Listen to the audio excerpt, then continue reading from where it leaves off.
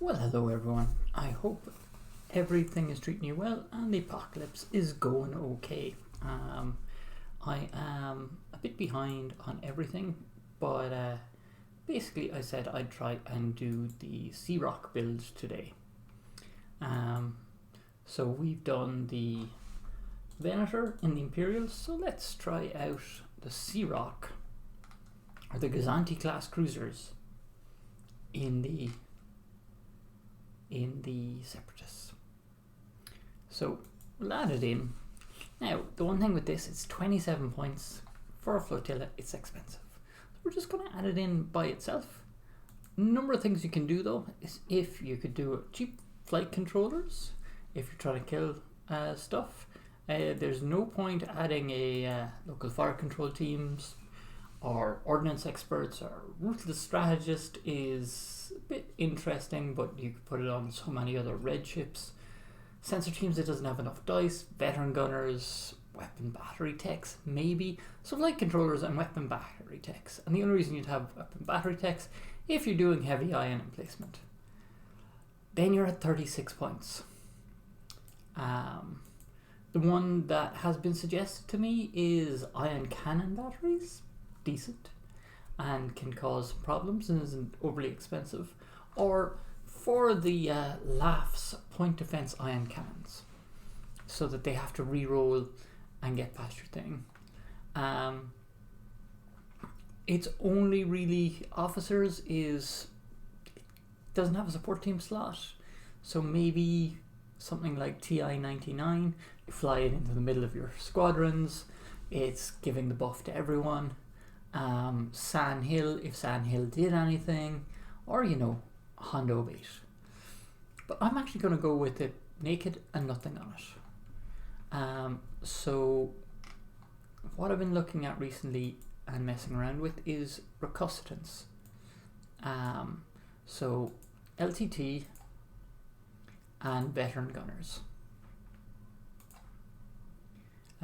After some criticism from John about me putting Patriot's Fist in the Ion Radio madness tournament without any fixers, I can see where he's coming from. So we'll throw in Patriot's Fist because it's 6 points of goodness, and then we'll throw Martuk. Okay, so Martuk really kind of helps the Gazanti. You're throwing in extra dice. If you double arc, you're throwing with both. It's great, and it's an extra activation. Okay, so we're going to go with a minimal fighter screen. So just black and second ball of death, because we've got 2 linked turbo laser turrets.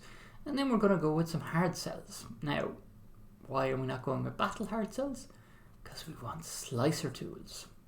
So initially this build was 3 hard cells, 1 with a parts resupply. And I was thinking, if only we had an admiral which, handed out tokens.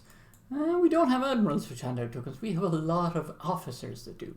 So Tickle's on one to generate the repair for slicer tools, and then Rune Hako on another. You can rob it from other stuff.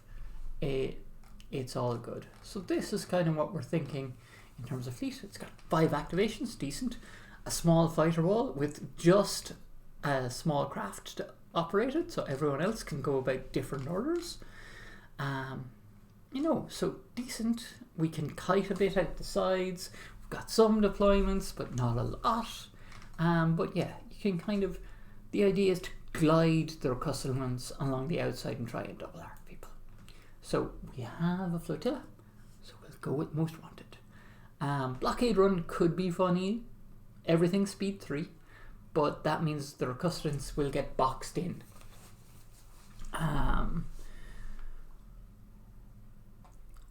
Opening salvo is not one I recommend. Ion Storm, potentially,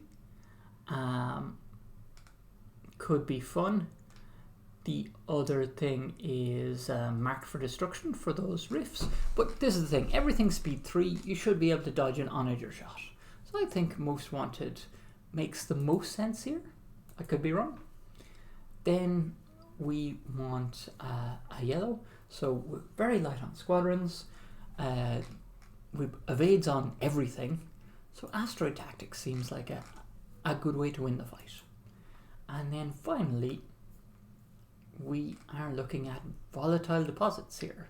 We're throwing a lot of long range dice.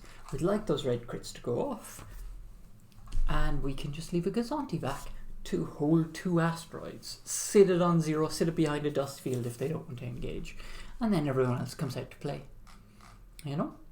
So that is the build we're looking at. Now, on other news, I have a Twitch channel.